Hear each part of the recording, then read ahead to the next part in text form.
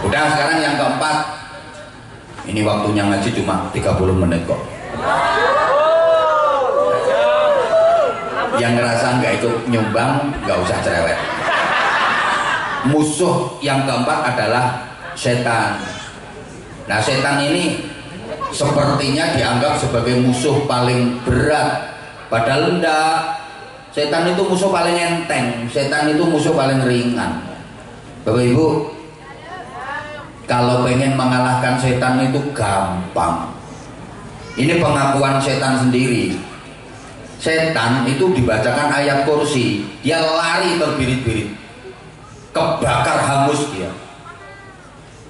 Lah kalau orang munafik, orang mukmin yang hasud dibacakan ayat kursi, meringis, kecuali dilempar kursinya.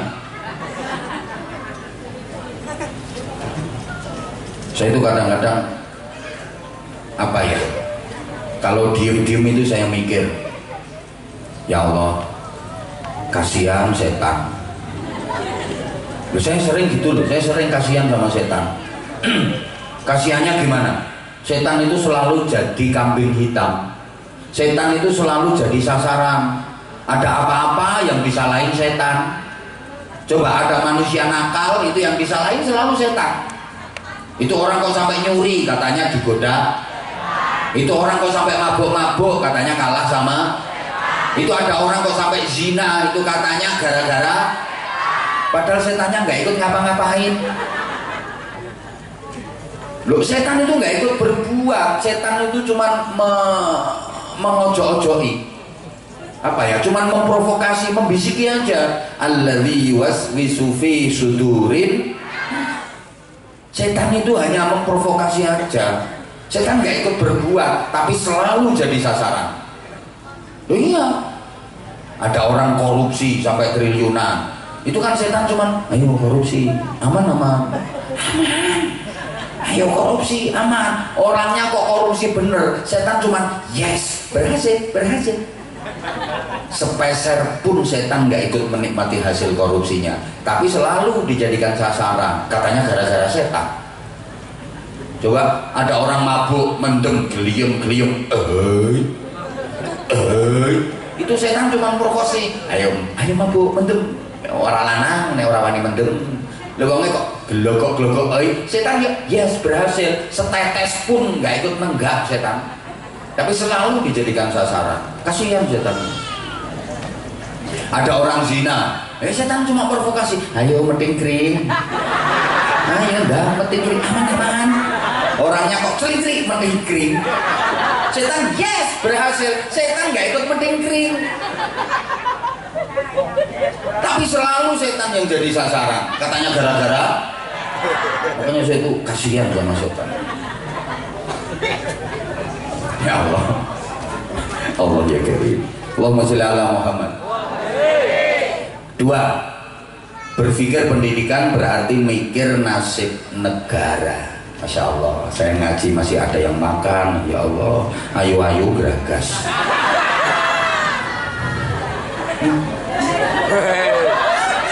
Muka-muka kesel. Mungkin yang mikir pertentangan kok kono. Mulane lembung.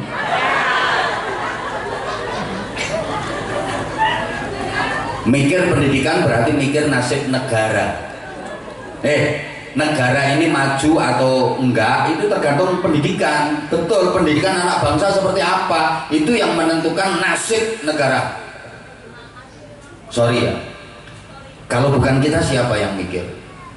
Lah, negara kita ini termasuk negara yang aneh di dunia ini. Tidak ada loh negara sekaya Indonesia. Sumber kekayaan alamnya nomor wahid di dunia. Bahkan di dunia ini nggak ada negara seindah Indonesia. Kita bangga dong jadi bangsa Indonesia. Orang Arab aja iri. Orang Arab itu kalau nyebut Indonesia bid'atun minal jannah, cuilane swarga. Jadi swarga itu dianggap cuil, jatuhnya dari Indonesia. Makanya orang luar negeri kalau ke Indonesia kerasan-kerasan, betah-betah. Memang negara kita indah. Gunung Indonesia ini paku bumi. Bumi ini gerak-gerak terus, nggak bisa ditempati makhluk. Karena bumi ini di atas air, dunia ini kan lebih banyak air daripada buminya. Gerak-gerak terus, nggak bisa ditempati makhluk. Sama Allah dipaku supaya tenang, pakai gunung. Lah paku bumi yang paling kuat itu ya gunung-gunung di Indonesia. Hutan Indonesia adalah paru-parunya dunia. Manusia itu bisa hidup butuh nafas. Nafas itu pakai oksigen. Sumber oksigen itu dari tumbuh-tumbuhan, tanaman. Nah itu paling banyak di Indonesia. Maka hutan Indonesia disebut paru-parunya dunia. Keren Indonesia ini. Cuma sayang sekarang hutan banyak yang gundul karena kayunya ditebangi orang-orang yang tidak bertanggung jawab. Gara-gara salah mengamalkan wiridan. Sama kiai disuruh baca wiridan, ya hayyu ya qayyumu ya hayyu ya qayyumu ya hayyu ya qayyum, dibaca ya kayuku ya kayumu ya kayuku ya kayumu. Nah, akhirnya ditebangi semua itu kayu-kayunya. Ya Allah, ya Allah. Padahal itu kalau ketangkep hukumannya berat. Cuma sayang yang dihukum itu yang nyurinya terlalu sedikit. Makanya dia dihukum. Kalau nyurinya banyak aman. Halo? Laut Indonesia adalah lautan paling indah di dunia. Kalau ada yang bilang laut paling indah itu laut Atlantik, laut Pasifik, bohong, salah. Masih lebih indah laut Indonesia. Karena di dunia ini nggak ada laut yang ditunggui Nyi Roro Kidul kecuali Indonesia.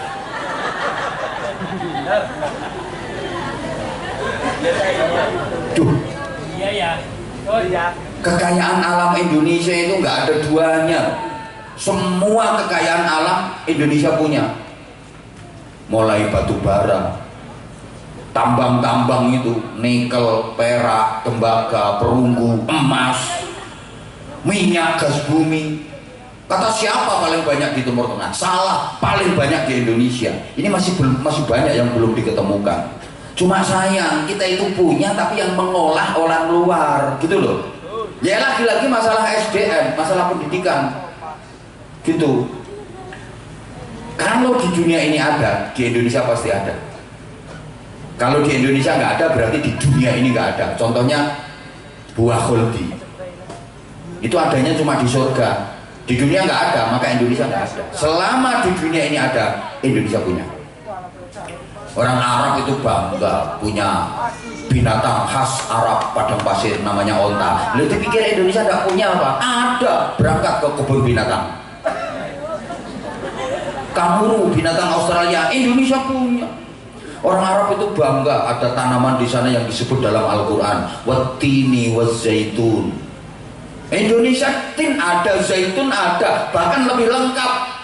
Wal juweti wal kersi wal jabui wasawi wal pisangi wal belimbing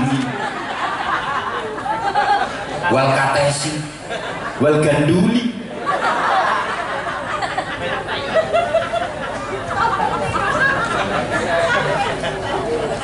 Wal kelapani wal cermi.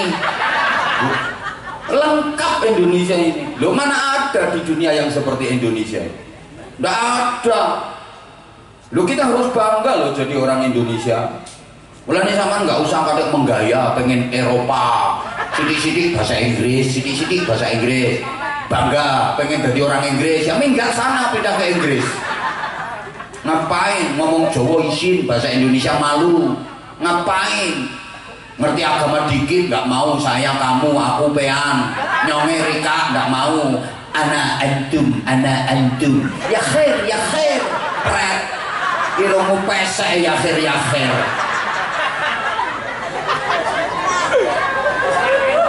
nyonge Rika aku sampean ngono wae. Ora kudu anak ente anak antum. Kowe dudu wong Arab irungu pesek ngono anak antum pret. Malu jadi orang Jawa gara-gara pesek. Aku pesek gak malu kan manis, malah awet uripe ngirit nafas sing mancung-mancung kuwi boros cepet mati.